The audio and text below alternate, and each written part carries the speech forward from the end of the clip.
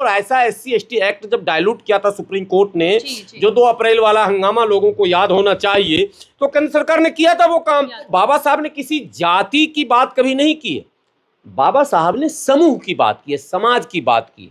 और बाबा साहब का बहुत मशहूर नारा है, शिक्षित बनो, संगठित रहो, संघर्ष करो। तो ये संगठित का मतलब क्या होता है? एक जाति थोड़ा ना होता। लेकिन मैं अपील करता हूं तमाम SC लीडरों से, जो छोटे छोटे बैनर पर भी राष्ट्रीय अध्यक्ष बन रहे हैं, और कुछ हमारे अफसरान हैं, जब तक वो ड्यूटी में रहते हैं ना, एक कड़वा बात बोल रहा हूं, इसको जरूर जोड़ लीजिएगा, जब तक वो ड्यूटी में रहते हैं तो वो तो साहब बने रहते हैं, एकदम मनुवादी वाला तेवर। और रिटायरमेंट से 6 महीना पहले वो एक संगठन रजिस्टर्ड कराने लगते हैं, और रिटायर होते राष्ट्रीय अध्यक्ष बन के समाज सेवी बन के आ जाते हैं मार्केट में। अरे समाज सेवी मत बनिए, अगर समर्पण भाव है तो लोगों को गोलबंद कीजिए इशू बेस पर।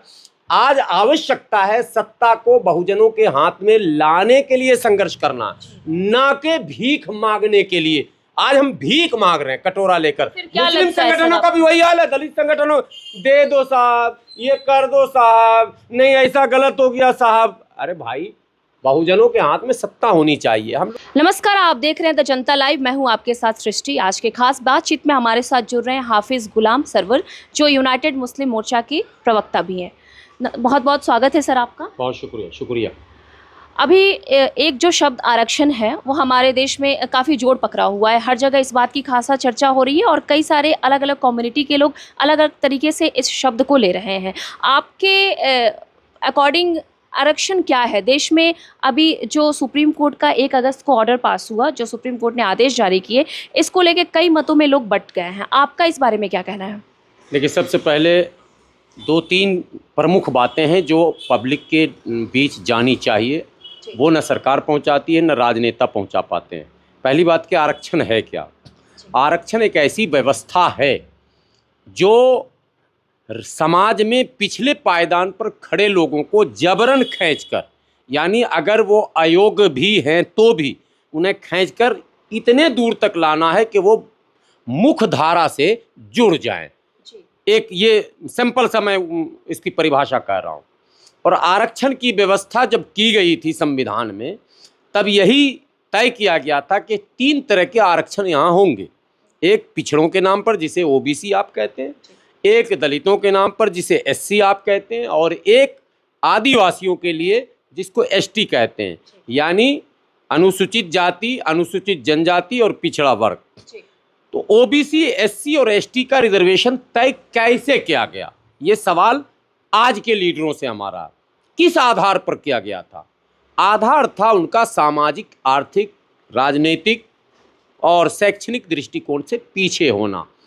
एक दूसरा आधार था सामाजिक दृष्टिकोण से जिन्हें अछूत समझा जाए, जिन्हें छोटा समझा जाए, जिनसे नफरत की जाती थी, यानी उन्हें समाज में बैठने योग्य भी नहीं समझा जाता था। तो वो कैटेगराइजेशन जो है, वो वर्गीकरण संविधान ने किया, उसको 340, 341, 342 3 भागों में बांट दिया गया। समय समय पर पहले तो 340 वालों को स्वतंत्र भारत में बहुत दिनों तक मिला भी नहीं और पता भी नहीं था। जब BP सिंह की सरकार आई और मंडल कमीशन की रिपोर्ट को लागू किया गया, तब हुआ जी 27% आपको मिलेगा। 27% किस आधार पर मिलेगा, आज तक सरकार न बता पाई। क्या वाकई पिछड़ों की संख्या 27% है जो आप 27 दे रहे हैं? एक सवाल। दूसरा एडिशनल सवाल अभी 27 पर, कि क्या 27% आरक्षण पिछड़ों को दे दिया गया क्या? तमाम विभागों में पिछड़े जो हैं वो OBC के लोग 27% हैं क्या, और नहीं है तो क्यों नहीं है? ये 2 सवाल हो गया। अब इसी तरह से 15% अनुसूचित जाति को दिया गया। तो सवाल ये भी पैदा होता है कि क्या अनुसूचित जाति की संख्या 15% है क्या? आपने जनगणना कराया क्या? वो कौन सा आधार था?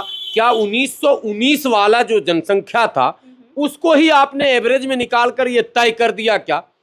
अगर दावा हम ठोक दें कि नहीं, SC का जो पॉपुलेशन है वो 25-30% है, तो फिर आप क्या जवाब देंगे? क्योंकि आपके पास एग्जैक्ट डेटा नहीं है, मैंने परफेक्ट आंकड़ा जिस पर दावा ठोक दिया जाए कि हाँ इतना ही है, ये सरकार के पास अभी भी नहीं है। मतलब आपका ये कहना है कि सुप्रीम कोर्ट ने जो आदेश जारी किया है 6:1 रेशियो के तहत, वो किसी डाटा कलेक्शन के जरिए नहीं नहीं, किया अब है। उस पर मैं आ रहा हूँ, तो बहुत डाटा कलेक्शन अब करना ही पड़ जाएगा, लेकिन हमारा जो शुरू से ये मांग रहा, तो अब एससी के लोगों की पहली लड़ाई ये थी कि भाई 15% जो मेरा रिजर्वेशन है वो क्या फुलफिल हो गया। पॉलिटिकल रिजर्वेशन की बात मैं नहीं कर रहा हूँ, पॉलिटिकल रिजर्वेशन जो एससी एसटी का है वो तो मजबूरी है, चूंकि सीट में पहले से रिजर्व है, तो वो तो मैं पॉलिटिकल रिजर्वेशन की बात कतई नहीं कर रहा हूँ। मैं कर रहा हूँ एजुकेशनल इंस्टीट्यूशन में या हेल्थ में या डिफेंस में या तमाम चीज़ों, पुलिस में, तमाम विभाग हैं हमारे, क्या उसमें एससी के सारे कोटे फुलफिल कर दिए गए? क्या डीयू में, जेएनयू में, जामिया में, अलीगढ़ में, बीएचयू में, हैदराबाद यूनिवर्सिटी में, बाबा साहब में, तमाम जो यूनिवर्सिटियां भारत में हैं वहाँ प्रोफेसर और असिस्टेंट प्रोफेसर के पदों पर जो नियुक्तियां हुई हैं, क्या उसमें 15% एससी के लोग हैं? क्या 7.5% एसटी के लोग हैं? क्या 27% ओबीसी के लोग हैं? मेरा मानना है कि नहीं है। तो बड़ी लड़ाई ये थी कि पहले तो जो कोटा दिए हो पहले वो फुल करो और फिर जनगणना कराओ और बताओ कि हम कितने हैं और हमें दे कितना रहे हो। आरक्षण के उद्देश्य की पूर्ति अब तक इस देश में नहीं हो पाई जी। नहीं हो पाई। न एसटी का कोटा फुलफिल हुआ, न एससी का कोटा फुलफिल हुआ, न ओबीसी का कोटा फुलफिल हुआ। अभी कोटा ही फुलफिल नहीं हुआ, एक परेशानी। दूसरी परेशानी कि जिसको मौका मिला उसने अपने पीछे वालों को देखना छोड़ दिया। जैसे ओबीसी में मौका जो मिला सत्ता में आने का तो यादव समाज को और जाट समाज को मिला, उसके बाद तीसरे नंबर पर कोयरी समाज को मिला, लेकिन ओबीसी की जो बाकी उपजातियां तमाम हैं उस पर चर्चा ही कोई करना नहीं चाह रहा। जो क्या कहते हैं डीएमके प्रमुख ने बनाया था, डीएमके प्रमुख जो अब इस दुनिया से जा चुके हैं, उनका जो 69% वाला फार्मूला था उस पर कभी डिस्कस नहीं हुआ। बिहार में हमारे यहाँ मुख्यमंत्री थे जो स्वर्गीय हो गए ठाकुर, कर्पूरी ठाकुर, उनका फार्मूला था, उस पर कोई अमल नहीं हुआ। तो आज स्टालिन क्या कह रहे हैं, मैं यही फर्क बता रहा हूँ। जो एससी लीडरों के बयान भी डिफरेंस आ रहे हैं इस 1 अगस्त वाले बयान के बाद, वो क्यों आ रहे हैं मैं बता रहा हूँ। तो अब मसला ये पैदा हुआ कि ओबीसी में जिसको मौका मिला वो आगे बढ़ लिया, पीछे वालों को छोड़ दिया।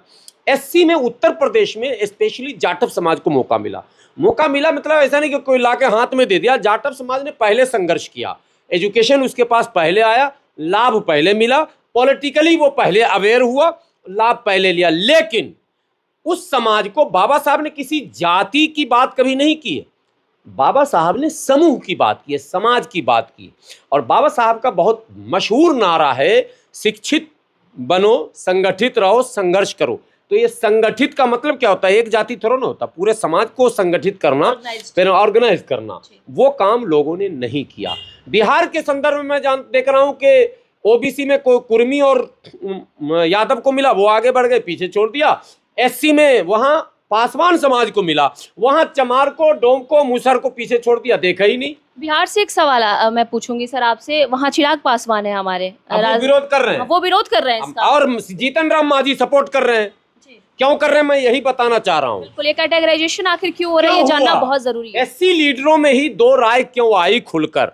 अब देखिए, चिराग पासवान एनडीए के पार्ट होते हुए भी विरोध में है, चूंकि बिहार में टोटल पॉलिटिकल बेनिफिट जो एससी का है वो पासवान को मिला है, सोशल बेनिफिट भी, इकोनॉमिकल बेनिफिट भी, एजुकेशनल बेनिफिट भी, नौकरियों में भी अधिकांश जो संख्या के आधार पर, जो नारा साहब कांशीराम का था कि जिसकी जितनी संख्या भारी उसकी उतनी हिस्सेदारी, तो क्या संख्या पासवान का ही वहां ज्यादा है या पासी का भी है या चमार का भी है या डोम का भी है या मुसहर का भी है या कलवार और तमाम जो जातियां छोटी छोटी है उनका?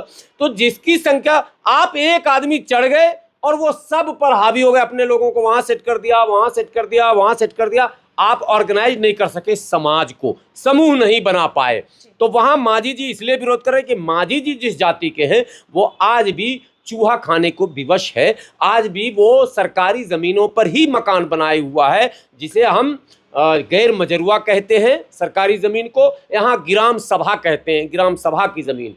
टोटली मुसहर 80% टोटली डोम, 80% 90% डोम। आज भी गैर मजरूआ आम, गैर मजरूआ खास और ग्राम सभा की जमीनों पर बसा हुआ है। क्यों? ये सवाल होना चाहिए। इसलिए कि पासवान जी स्वर्गीय हो गए, उनको अवसर मिला, वो दलितों के नेता बने थे, वो पासवान के नेता नहीं थे, लेकिन उन्होंने पहले घर, खानदान, फिर जाति, पीछे देखा नहीं। तो ये जो नाइंसाफियां अलग अलग राज्यों में हुई हैं, राज्य सरकार ने ही ये अनुशंसा की थी। सुप्रीम कोर्ट को सपने में नहीं आया था कैटेगराइजेशन की बात करना, कोटा विद इन कोटा, वर्गों में फिर वर्ग करना, ये अचानक नहीं हुआ है और ये आज की कहानी नहीं। इससे पहले एक फैसले आए हैं, उसे पलटा गया। 2004 में सुप्रीम कोर्ट ने ऑर्डर पास किया था सर इससे रिलेटेड। तो 2004 में जब सुप्रीम कोर्ट ने फैसला दिया था, तब भी कोई कंप्लेनेंट होगा, कोई तो PIL दाखिल किया होगा, तभी रिव्यू करना पड़ा, तभी कोई तो गया होगा कंप्लेंट लेकर। भाई जब तक कोई जाएगा नहीं अदालत तो फैसले कैसे आएंगे? तो इसका मतलब ये मामला बहुत पुराना है और आज भी रोहिणी कमीशन की रिपोर्ट आई, कोई सुगबुगाहट नहीं है, किसमें? पिछड़ों में नहीं है। मतलब यादव लीडरान रोहिणी कमीशन की बात नहीं करते। क्यों? कि रोहिणी कमीशन में तमाम वर्गों को उनकी आबादी के अनुपात में OBC रिजर्वेशन देने की बात कही गई और उसमें भी जनगणना की बात आ गई। भाई आबादी किसकी कितनी है, फाइनली जब तक जातिगत जनगणना होगा नहीं वो आएगा नहीं। अब जब अदालत ने फैसला दिया कि राज्य सरकार को ये अधिकार है, सिंपल सा ये वर्डिक्ट है, कोई बहुत जटिल फैसला नहीं है। राज्य सरकार को ये अधिकार है कि उसे यदि लगे कि कोई तबका वंचित रह गया है, पीछे रह गया है, तो वो उसे कोटा में कोटा देकर, जैसे 15% है तो वो 5, 6 ABC कैटेगरी कर उसको उस मुख्य धारा से जोड़े। इसमें किसी भी SC लीडर को विरोध नहीं करना चाहिए। कहा जा रहा है कि हमारे यहाँ आपस में तोड़ा जा रहा, हमारी शक्ति कम की जा रही। मैं उनसे सवाल पूछता हूँ जो शक्ति की बात करते हैं। यूनिटी ऑफ दलित फोर्स के नाम पर जब संविधान बना था तो जितने भी धर्म में SC थे, SC केवल हिंदू में नहीं है, बौद्ध में भी है, सिख में भी है, मुस्लिम में भी है और धर्मों में भी है, वो सब एक कैटेगरी में थे। 10 अगस्त 1950 को पंडित जवाहरलाल नेहरू ने आर्टिकल 341 पर रिलीजियस बैन लगा दिया, मुस्लिम दलितों को अलग कर दिया। अगर आप यूनिटी ऑफ दलित फोर्स की बात करते हैं, आप दलित शक्तिकरण की बात करते हैं, सशक्तिकरण की बात, तो आपको मुस्लिम दलितों को भी उसमें शामिल करने की बात करनी चाहिए। ताकत आपकी बढ़ती, धरना प्रदर्शन आंदोलन आपका बढ़ता, हर तरह की कम्युनिटी का होना जरूरी था जरूरी। लेकिन कहीं ना कहीं SC के लीडरों ने साफ मन से बाबा साहब के उन उद्देश्यों की पूर्ति के लिए संघर्ष नहीं किया। चूक है इनका, इसलिए सुप्रीम कोर्ट आई है बीच में। अभी भी समय है, सभी वर्गों को साथ लेकर चलिए। सुप्रीम कोर्ट का ये पत्थर की लकीर या अंतिम फैसला नहीं है। कोई फैसला भारत में किसी सरकार का हो या सुप्रीम कोर्ट का हो अंतिम नहीं होता। निरंतरता के साथ इसमें बदलाव होते हैं। कई फैसले इतिहास में हैं, आरक्षण से भी जुड़े और दूसरे मामले से जुड़े, जो सुप्रीम कोर्ट के फैसले को ही सुप्रीम कोर्ट ने बदला। और अभी ये जो फैसला, ये भी सुप्रीम कोर्ट के फैसले को ही बदला गया। 14 के फैसले को 24 में बदला गया, 24 के फैसले को 34 में भी बदला जा सकता है। आप नाउमीद और निराश होकर अस्थिरता या हंगामा या ये वो, इससे बेहतर है कि आप पहले आपस में डायलॉग कीजिए। बहुत सारे समाज के वो तबके हैं जो पिछड़े हुए हैं, जो हाशिए पर हैं, वंचित तबका है, उसको आप मुख्यधारा से जोड़िए, कांधे से कांधा मिलाइए, पॉलिटिकल फोर्स एक तैयार कीजिए, सरकार आपकी होगी, पॉलिसी आप बनाइए। सुप्रीम कोर्ट के फैसले को संसद निरस्त कर सकती है, ये आपको पता होना चाहिए, देश को भी पता होना चाहिए। इंडियन डेमोक्रेसी में पार्लियामेंट जो है वो सबसे ऊपर होता है। पार्लियामेंट को ये फुल पावर होता है कि वो जब चाहे अमेंडमेंट करे या पिछले सुप्रीम कोर्ट के फैसले को वो रिव्यू करके उसको निरस्त करे, चेंज करे। और ऐसा SC/ST एक्ट जब डायलूट किया था सुप्रीम कोर्ट ने, जो 2 अप्रैल वाला हंगामा लोगों को याद होना चाहिए, तो केंद्र सरकार ने किया था वो काम। शाहबानो वाला मामला भी लोगों को याद होना चाहिए, केंद्र सरकार ने किया था वो काम। अयोध्या के मामले पर केंद्र सरकार ने कई फैसले लिए हैं, डायरेक्टली इनडायरेक्टली। तो चाहे वो रिलीजियस हो, सोशल हो, या रिजर्वेशन से जुड़े हों, या देश के किसी मुद्दे से जुड़े हों, संसद को पूर्ण अधिकार प्राप्त है। तो मैं तो कहता हूँ बाबा साहब अम्बेडकर ने ऐसे उंगली दिखाई और साहब कांशीराम ने आपको रास्ता दिखा दिया, कर एक्सपेरिमेंट करके। साहब ने तो एक्सपेरिमेंट किया था। आप ये धरना प्रदर्शन के चक्कर छोड़ो, और तमाम जो दलित पार्टियां टुकड़े टुकड़े में बटी हैं, एक हो जाओ साहब। मुस्लिम पार्टियां जो टुकड़े टुकड़े में बट के भीख मांग रही है, हुजूर हमको एक विधान पार्षद बना दो, राज्यसभा बना दो, और जो दलाली का बाजार गर्म है, इस दलाली को खत्म करो। आओ ना मिलजुल के समाज की सरकार बनाते हैं ना, हम सरकार समाज की बनाएंगे, क्यों टेंशन ले रहे हो? कितना आबादी है उतना आरक्षण करो भाई, ठीक है। वो सब कुछ आप कर सकते हो सत्ता में रहकर। डीएमके प्रमुख जो स्टालिन के पिताजी हैं, जिनका नाम अभी अचानक मेरे दिमाग से निकल गया, करुणानिधि जी, करुणानिधि जी सत्ता में थे तब उन्होंने किया ना ये इस्तेमाल। 69% जो है रिजर्वेशन है वो स्टेट में, या आपके संज्ञान में है या नहीं है, 69% रिजर्वेशन। अभी नीतीश कुमार ने 65% रिजर्वेशन की बात कही थी स्टेट में, जिसको चैलेंज अभी कर दिया गया है और तेजस्वी यादव उस पर हंगामा भी कर रहे हैं। तो 65% नीतीश कुमार कौन होते हैं जी? इसलिए कि वो सत्ता में हैं, समझ रहे बात। तो हम सत्ता में जाकर बहुत कुछ अपने समाज के लिए कर सकते हैं, और सत्ता का रास्ता है यूनिटी। आप यूनिटी पर काम कीजिए। यहाँ तो बहन जी और भाई साहब में ही युद्ध छिड़ा हुआ है। एक बात बता रहा हूँ, मतलब इशारों की बात है। ग्रुप में बामन मेश्राम साहब का अलग रास्ता है साहब, रामदास अठावले साहब का अलग रास्ता है, रामविलास पासवान साहब के पुत्रों का अलग रास्ता है, मांझी जी का अलग रास्ता है, बहन जी का अलग रास्ता, चंद्रशेखर जी का अलग रास्ता है। बहन जी ने तो साफ तौर पे कह दिया है कि ये आरक्षण को देश से खत्म करने का एक तरीका है। मैं किसी के बयान का विरोध नहीं कर रहा हूँ, वो अपने अपने स्तर से उन्होंने किया, मैंने अपना तर्क रखा, अपनी बात रखी, ठीक है। लेकिन मैं अपील करता हूँ तमाम एससी लीडरों से, जो छोटे छोटे बैनर पर भी राष्ट्रीय अध्यक्ष बन रहे हैं, और कुछ हमारे अफसरान हैं, जब तक वो ड्यूटी में रहते हैं ना, एक कड़वा बात बोल रहा हूँ, इसको जरूर जोड़ लीजिएगा, जब तक वो ड्यूटी में रहते हैं तो वो तो साहब बने रहते हैं, एकदम मनुवादी वाला तेवर। और रिटायरमेंट से 6 महीना पहले वो एक संगठन रजिस्टर्ड कराने लगते हैं, और रिटायर होते राष्ट्रीय अध्यक्ष बन के समाज सेवी बन के आ जाते हैं मार्केट में। अरे समाज सेवी मत बनिए, अगर समर्पण भाव है तो लोगों को गोलबंद कीजिए इशू बेस पर। आज आवश्यकता है सत्ता को बहुजनों के हाथ में लाने के लिए संघर्ष करना, ना कि भीख मांगने के लिए। आज हम भीख मांग रहे हैं कटोरा लेकर। मुस्लिम संगठनों का भी वही हाल है, दलित संगठनों, दे दो साहब, ये कर दो साहब, नहीं ऐसा गलत हो गया साहब। अरे भाई, बहुजनों के हाथ में सत्ता होनी चाहिए। हम लोग बहुत कोशिश कर रहे हैं, कई प्रयास किया, लोग मजाक भी उड़ा रहे हैं, लोग बहुत कुछ कह रहे हैं, हम सुन भी रहे हैं, इसकी क्या औकात है, इसकी क्या, कोई औकात की जरूरत नहीं है। लेकिन फार्मूला अगर आपको सही लगे तो आगे बढ़िए ना। आपको अगर ऊपर वाले ने औकात दिया तो आप आगे बढ़िए, हम आपके पीछे खड़े। हम औकात दिखाने की कतई बात नहीं कर रहे हैं, और है भी नहीं हम लोगों की औकात। समाज को जोड़ने की क्षमता नहीं है हमारे अंदर। लेकिन मैं समाज से अपील कर रहा हूँ, समाज के लीडर से अपील कर रहा हूँ, आप जुड़िए, यूनाइट होइए। केवल 2 अप्रैल के दिन यूनाइट हुए और फिर फरार हो गए, ठीक है। आपको अगर उसी तरह से कांधे से कांधा मिलाकर काम करते रहते तो आज सत्ता पर आप होते, 24 में आप आते, आप प्रधानमंत्री बनते, आप मुख्यमंत्री बनते। आज आप विधायक बनने के लिए तरस रहे हैं, और दूसरी पार्टियों से कह रहे हैं कि हमसे गठबंधन कर लो, फिर भी पार्टियां गठबंधन आपके साथ नहीं कर रही हैं। दूसरे लोग पीडीए का नारा देकर हीरो बन रहे हैं, और आप तमाशा देख रहे हैं, वो हीरो बन रहे हैं, आप जीरो बन रहे हैं। भाई, बहुजन समाज पार्टी जीरो हो गई ना, ये एक घटना है, इसको हल्के में मत लीजिए। ये कोई छोटी बात नहीं है कि बहुजन समाज पार्टी जीरो हो गई। तो इसमें गंभीर होने की आवश्यकता समाज को है कि भाई ऐसा क्यों हो रहा। तो कुल मिलाकर ये हंगामा हल्ला जो हो रहा है ना, बंद करो भारत बंद और फला बंद और चिला बंद, इससे बेहतर है कि कमरा में करो ताला बंद, हॉल में करो बंद, मोबाइल करो बंद, और 4 घंटे बैठ जाओ सर जोड़कर। क्या करना है, भविष्य का एक रास्ता तय करो, और सत्ता पर कैसे समाज को काबिज कराओगे, मान सम्मान के साथ जीने का रास्ता कैसे दोगे, कैसे जो है मनुवादियों के चंगुल से मुक्त कराओगे, कैसे वो ब्याज देने वाले साहूकारों से मुक्त कराओगे, कैसे राजनीति में सही स्थान पर स्थापित करोगे, इसके लिए बैठकर रणनीति बनाइए। ज्यादा ये बेहतर है। सुप्रीम कोर्ट के इस फैसले पर बहुत ज्यादा टीका टिप्पणी करने की आवश्यकता नहीं। आपने अपने हिसाब से भविष्य की रणनीति बता दी है सर। अब देखते हैं आगे कौन कौन सी ऐसी चीज़ें होती हैं जो इस आरक्षण से संबंधित जो मुद्दा अभी देश में उठा हुआ है उसमें इम्प्लीमेंट की जाती है। सर, हमसे जुड़ने के लिए आपका बहुत बहुत शुक्रिया। आपका शुक्रिया। बहुत अच्छा लगा आपसे बातचीत करके, कई तरह की जानकारियाँ सामने निकल के आई।